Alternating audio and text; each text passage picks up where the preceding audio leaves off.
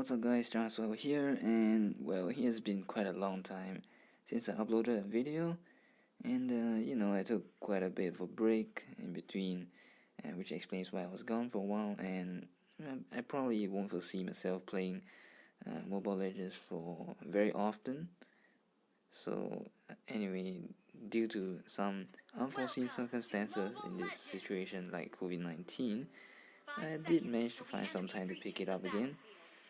And now we are in scene 16 and managed to find a pretty good gameplay. This is a game in which I got from Legend 1 to Mythic, so basically the game which brought me to Mythic.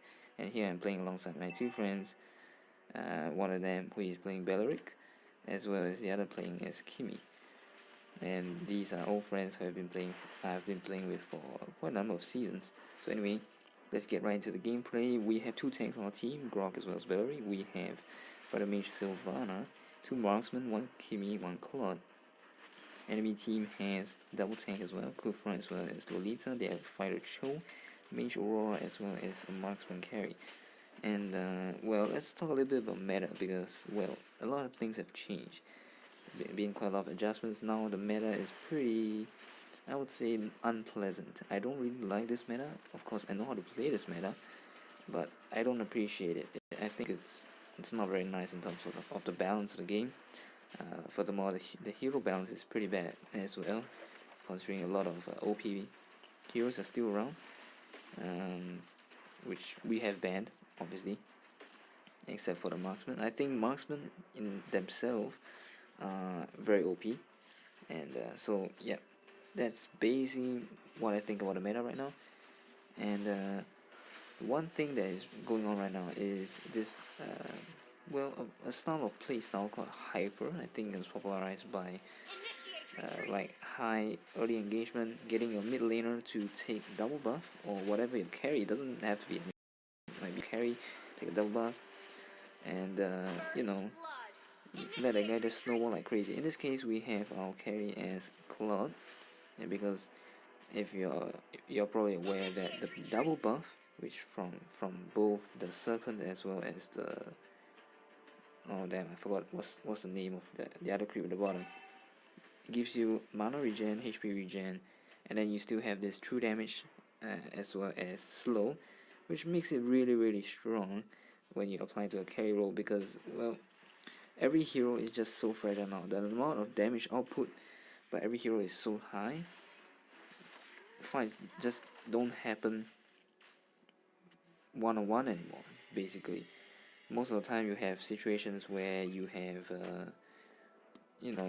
like mega ganks because it takes too long to kill one-on-one otherwise, and then it just makes sense for everyone to go ganking. So this is where hyper comes about, I believe. Correct me if I'm wrong. If you are aware of any other reasons, you can let me know in the comments below. What I'm aware of, that's why hyper is very popular, because all you need to do, start off early, do a lot of your engages, find the right targets, then some mega roam thing, and this is probably the closest you can get to I guess last couple seasons ago 1-3-1 laning technique, and yeah, just supporting the mid lane. But now it seems marksmen are returning to mid lane. Of course, there are still assassins and mages in the mid lane, but of course, you, with the rate of farming as well as the crazy high damage of marksmen, you don't really have to sacrifice your too much of your late game. If let's say you're taking a mage or standard, well, actually it's just a mage. Yep. So anyway, what you have been seeing in the past, let's say 4 minutes, is basically myself as well as Kimmy. We're just babysitting this Claude because Claude is our hyper carry. So we didn't take double buff, we just moved around, we try to aim the enemy's carry, and that's kind of about it. And obviously the important thing to note here is that I'm using Grock, and this is a pretty crucial part of the equation because Grock is a very strong early game tank. He has always been in meta. Here I overextend a bit. So anyway, back to it. He has been always in meta because he is very strong in early game damage, which allows for very crazy combinations or team compositions, which, well, is never really been very nice. So if you look at MPL and some of the pro leagues, Grock is one of their band choices, depending on the situation, of course. But well, there's always a good reason to do so. And here we can see, after the early game of Hyper, with supporting the Claude, he has taken a considerable lead just to show off the gold and farm advantage that we have over the enemy. And this is basically what happens at Hyper. Let's say 3 minutes ago, or actually no, 2 minutes ago, Claude was already at 2,000 over, while Kimmy was at, carry on the enemy team was at 1,007 or something. And that is basically what happens if you play a Hyper correctly.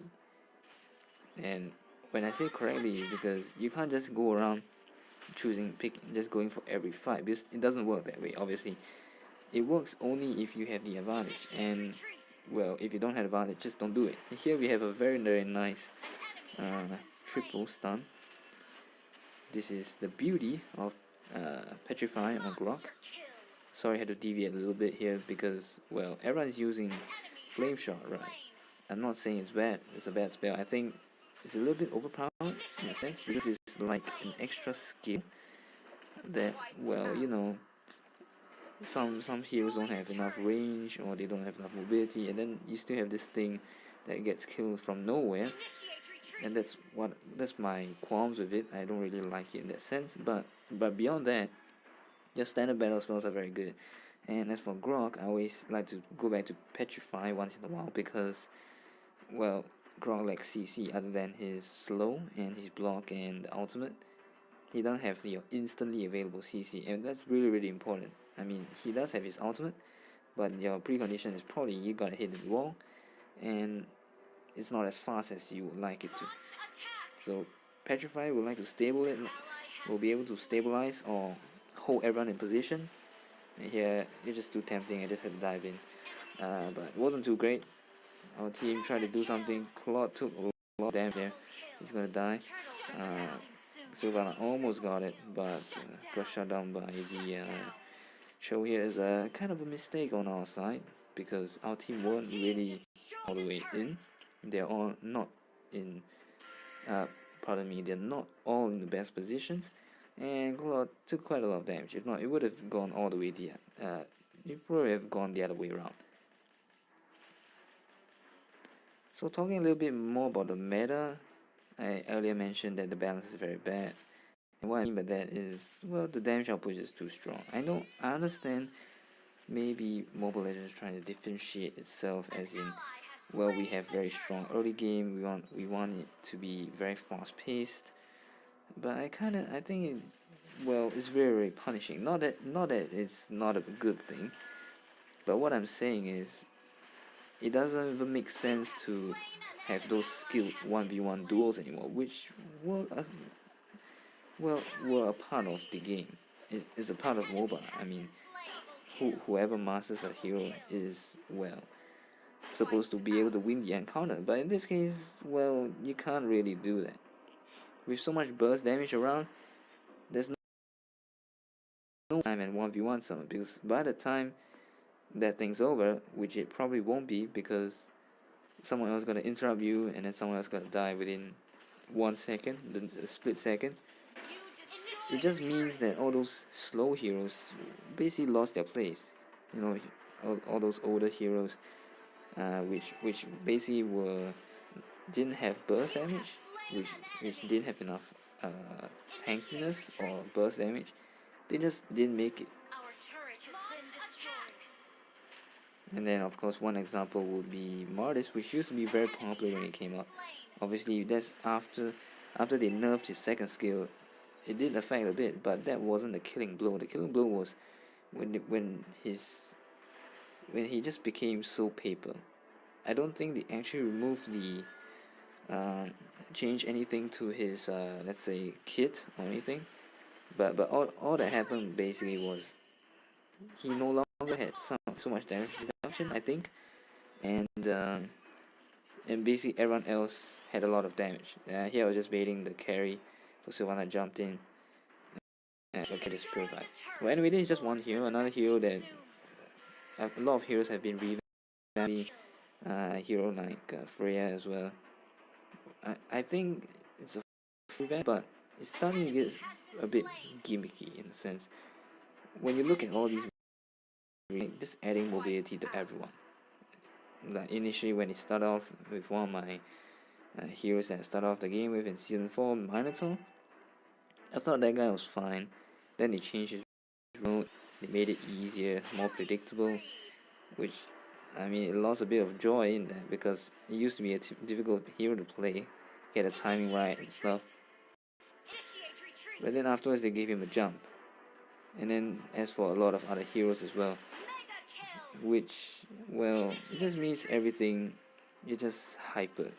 In a sense, raising the bar overall, which means those who didn't get revamped just get left behind. Heroes like Zilong, Argus, Hanzo, Layla. I'm very tempted to say Layla, but Layla is in a different category. It's a marksman. Marksman still did get a lot of buffs because of damage, so that's that. So basically, there's a whole category of heroes that just can't hit the meta because they don't have gross damage, or they don't have enough mobility, or they don't have enough tankiness, which is very sad because ideally you want a variety of team compositions to work in the meta. That's what makes it interesting. But now it's just the same things in ranked. Even in classic, people are just dying hard to get the wins. They're trying so hard, playing all these meta comps and doing all the things that they can, all the steps necessary to win it. It's just no longer the fun game that it used to be. It used to be more about skill. Now all you have to do, basically, just be decent at hero and just roam around and catch the right people. Which I'm not saying it's easy, but there's no more the physical skill of your individual hero, or should I say the skill of your individual hero. Like let's say someone who has played Fanny on the wall, right? Now Fanny is practically useless. You don't have enough damage on it. You also have a very horrible let's say advantage, because your advantage is only early game, or actually very early on the marksman starts to catch up, and if you make any mistake, if they decide to just not crowd control you or anything, it's just over immediately. So that's what I have about the meta right now. I don't like the meta. I hope that marksman, or let's say everything in general except for those non-meta heroes, the damage should be toned down. I think that's a bit ridiculous. Furthermore, all the jungle is a bit too easy to kill. We should just make it more tough. I remember a time where they buffed the jungle where you could actually die to the jungle due to heavy hitting, but somehow that went back a bit. I'm not sure if I missed anything there, but there's that. And another thing I've been advocating for is basically just increasing the strength of tanks overall. I mean, tanks are supposed to be, tanks. They're supposed to soak damage and stuff. But what use is a tank if you can barely take the damage of an enemy team? If you take some crowd control, if he takes like just some damage from everywhere, which he's supposed to do, and he just gets deleted immediately. Where is the advantage in that? That's kind of why you kind of need more of these balances, because tanks really just have a hard time. Of course, that's why you only have a very niche, a very small pool of tanks that are actually viable, because the rest of them they aren't tanky enough, they aren't mobile enough, they just suck in the early game, or just something along those lines. It's just too many problems, or too many conditions for a perfect tank, or let's say a decent tank to be picked. So anyway, this is a little bit more of a rant than anything. I mean, I didn't really comment much on the gameplay, but I think it speaks very much well for itself. I'm quite sure most of you are very aware of the meta of Hyper right now, so I didn't really explain too much. But I hope you guys understood, or at least share some of my sentiments about the meta.